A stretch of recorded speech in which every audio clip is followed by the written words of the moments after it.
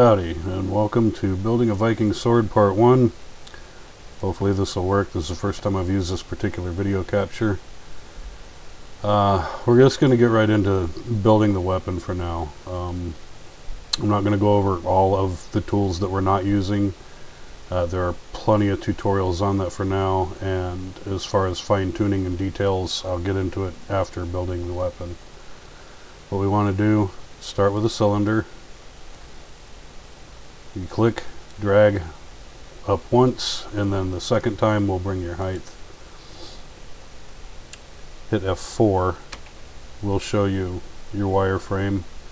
Now what we need to do here, hit the modifier tab. I'm using max 9, by the way. Some of you may not recognize the shades and colors here if you're using newer ones. We're going to put our radius to 1.75, our height to 32, height segments to 1, and sides down to 6. Now what that's going to give us is a pretty plain low poly looking cylinder. We want to come up and hit our move tool and right mouse click each of these. No, you don't really have to hit Z. This will center your blade. What we're starting with is just the blade here. I want to grab my scale tool, going into the left view. I'm going to drag this down until it hits down there in the X. If you see the numbers moving, hopefully it'll show. We're going to drag that down to 20. The number down here, it'll snap right back to 100. And that makes it pretty thin, but it's not quite thin enough. I'm going to drag it again down to 60.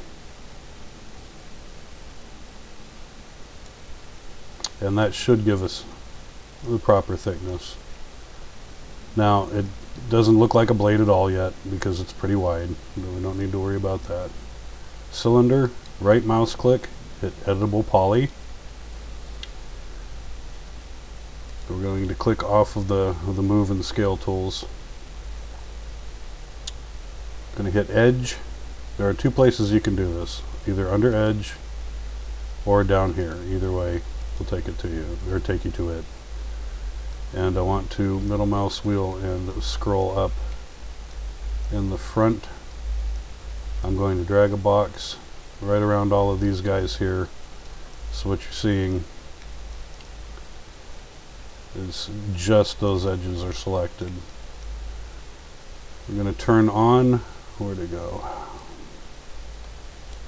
Had to resize everything, so I can't find anything now. Looking for slice plane. I know it's in here. We turn on slice plane. Now it'll give you the move tool, so you can drag it up and down.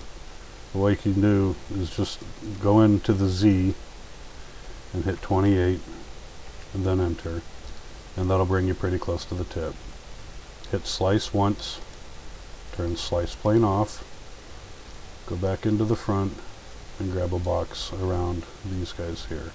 Another way to select these, you can grab one and hit ring, and that'll bring it around all these, or if you wanted to go down the lengthwise, you hit loop. So what we want to do is grab all of these here. You can hit ring, don't need to, but now we come up to the connect tool. Now if you only hit connect, it'll connect at once. Control Z to undo. What we want to do is turn on the dialog box for connect, and we'll go ahead and just use 3. That's enough for a tip. Then hit OK. Now we go to vertex, grab the whole top row, and Control Alt C. That collapses them, as you can see here. Then we take the next row, grab the inside ones, leave these outside guys, hit Control Alt C to collapse those as well, and you'll notice it collapsed these two together and these two together. Ignore all these weird shadows. Those will go away when we deal with smoothing groups later.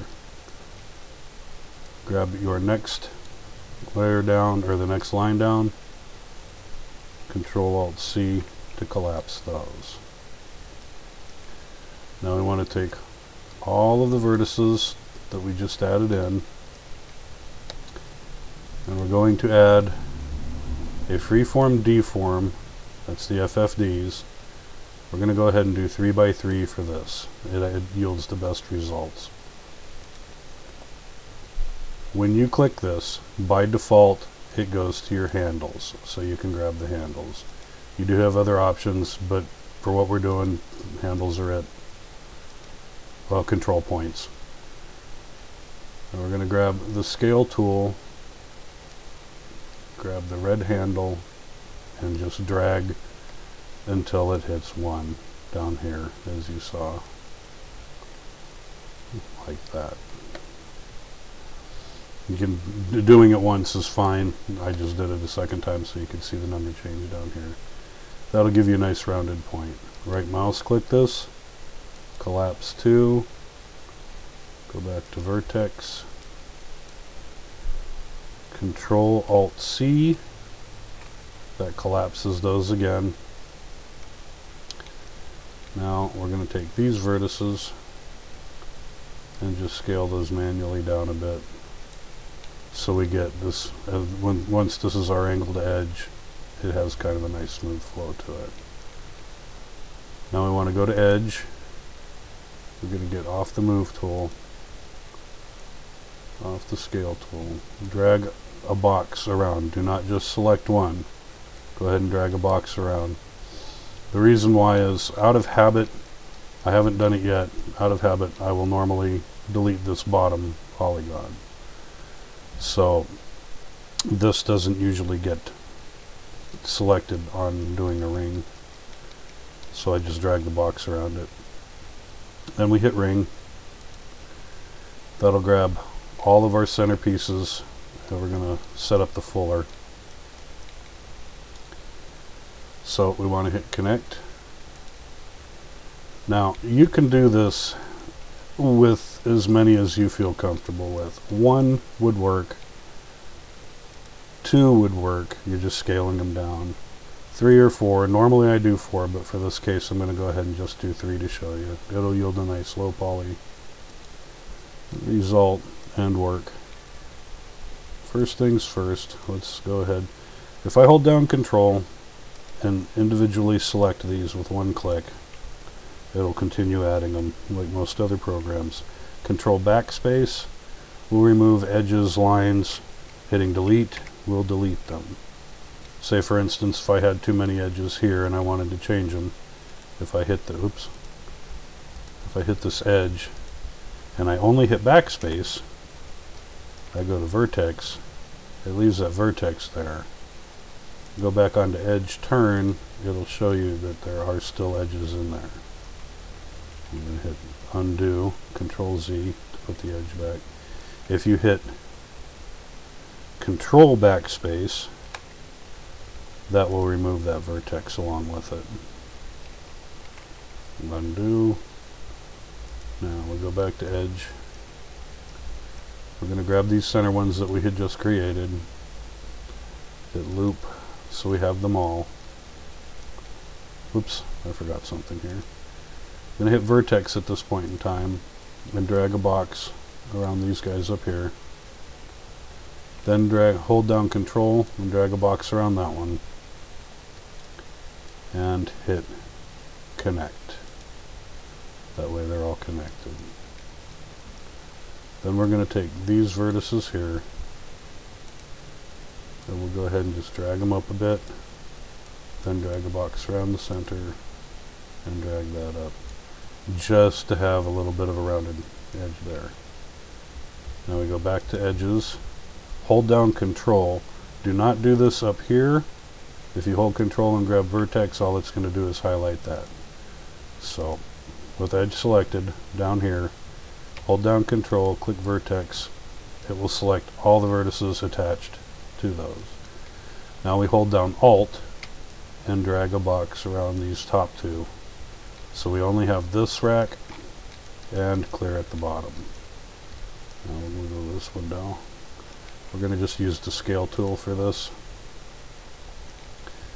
scale it in a little bit. There are tons of templates online that will show you the basic outlines of various Viking swords. And if you need to, you can always set up flat planes with pictures on them. I can go over that in a later video if need be. We're going to just scale that down a little bit. Doesn't have to be a whole bunch, you know, about 90%, 80%. Depends on how far you want to take it. Go back to edge, just drag a box around these guys. Again, hold down control, hit loop, wheel out, wheel in. And for some reason, oh, that's right, because I only had that one edge selected. And then we give this just a little bit of a push into. So what we have, the top may show it a little better here, is our contour. Alright, now, get off vertex.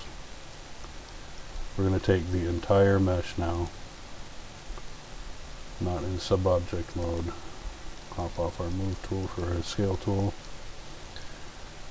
Now we're going to add a freeform deform 2 by 2 by 2. Click the FFD and drag a box around the top. We're going to use scale, and I think scale this down to about 70%. That'll give us a decent taper, and it finally points the blade the way it should. Now we're going to go into our edge after we collapse. Wait.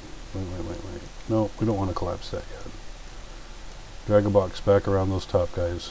Hop in your left, and we're going to put the taper on the blade this direction and bring it down to about 60. That way the blade tapers in both directions. Right mouse click, collapse 2. Now go to edge. Just click somewhere in the screen to deselect. And we're turning on turn. And where we see these strange shadows, we can start. Now again, don't worry about them. Just it looks bad right now because this smoothing group is the same as this smoothing group. But what I'm doing now is just turning these out like this will help, because this bends to here instead of sinking in and coming back out. Turn that out, turn that out, and turn that out. Alright, now we're going to go to polygon and hit Control A to select all. We go down beneath our calendar looking smoothing group icon and hit Auto Smooth. What this should do, if you hit F9, nope, it's not doing it. Wonderful, I can't render. Okay, great video capture. These edges here, I'm going to turn off F4. Oh, apparently none of my function keys will function while I have this on. Time to get different video capture. What we have here is cut down this direction, and down here is one smoothing group. This side is another, and all of these guys in here are another. What this will do is give us a sharp cut-in point here. It's fine, it can be left this way. But if you want to make it look like it's been hammered in and smoothed out, what we're going to do, get off the scale tool so we don't accidentally scale it. Number 4, this one's number 1, we're going to add number 4 to it. And you'll see those highlights and darknesses soften up. Number 2, number 1, we're going to add 2 to this one, and that side brightens up. We're going to do the same thing here. As I'm moving it around, you can see how it's flashing the light differently. What we're doing is just softening that around the tip. So we have number 3, number 2, we add 3, number 1, number 2, we add 1. And that's it for the blade. Now, we're going to start building the handle here. with polygon selected, we're going to scroll back up here and hit create. Clicking and moving in a counterclockwise movement, double click to close it, will make it face you. 2, 3, 4, double click. This part will be part of the handle. I know it seems small, but it gets it out of the way now. 3, double click. Another way we can do this is go to edge, hit bridge. It'll only work on quads, it will not work on little triangles like this. So I can click here to here and it'll create it for us. Right mouse click to turn off the tool. Now we're going to create another cylinder. It should be tall enough. Right mouse click X or Y and Z. You don't need to X or hit Z, but that's okay.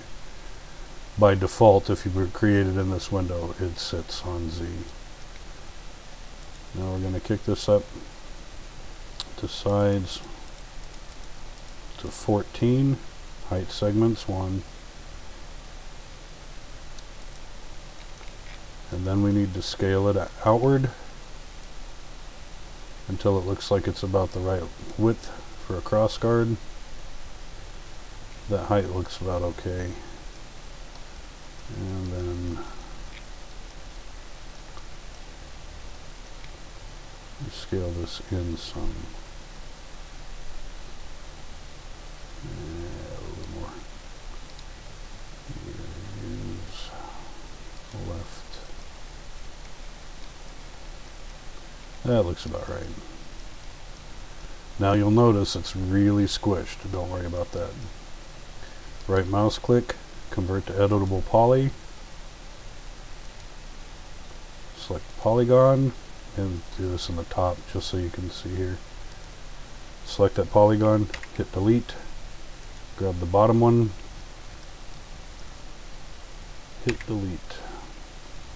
Now we go to vertex. The reason I'm doing this on vertex is so you can see it. Usually I just do this in normal. Hit Control A to select all. I'll grab ourselves yet another freeform deform. You can either do a box or 4x4. If you are not sure of how many you need, you can always hit box and then change the numbers. Click to turn on the handles. I'm going to grab the inside handles and scale them outward. What this is going to do is help round this up a little bit more and more uniformly. I'm going to scale it until these guys are pretty close to matching the edges of the blade. Right mouse click, collapse 2, expand, grab vertex again. We're going to grab our outside vertices, drag a box around them because you're grabbing both top and bottom.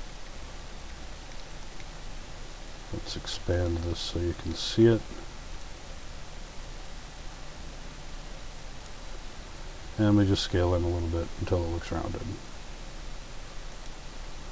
Now we go to edge, grabbing these guys in here, we'll hit connect 2, hit OK, go to vertex, grab these vertices, and in the front we're going to scale those out until they match up with the next segment of the blade. Again, these don't have to be exact.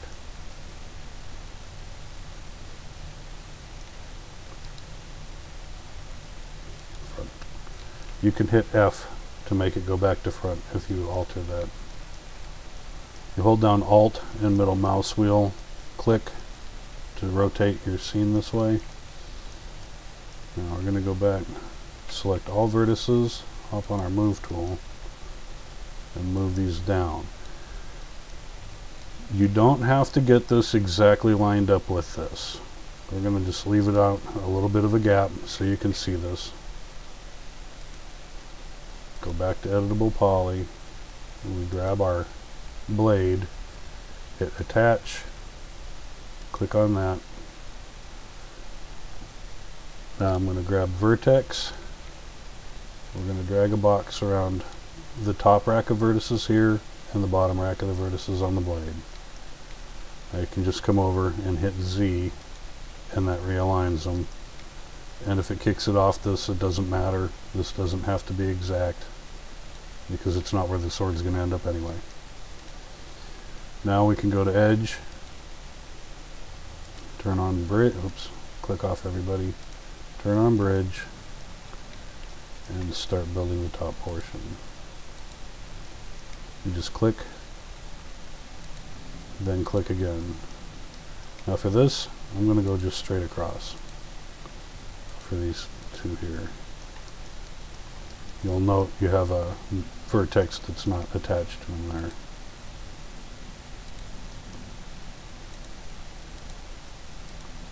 Once these are built, right mouse click, take this edge, right mouse clicking turns the bridge off. It's just a faster way. Hold down control, grab that one, hit ring, then connect to make sure it's on one. Now hit vertex, turn on target weld. We're going to click this vertex here and then out at the end. That gives us our quad, our edges here.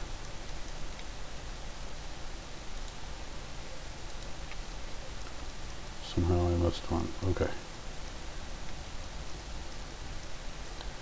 Now, since this is on the inside, we click it inside, click outside. If you can't get that or can't zoom in close enough without it clipping through, you can always just drag a box around those two and hit weld and let them weld, because this moving a 1/10 of a pixel isn't going to make any difference. Go back to edge, turn bridge back on. Alright. And I'm going to call it on this video, and we'll continue from here in the next one. See you guys later.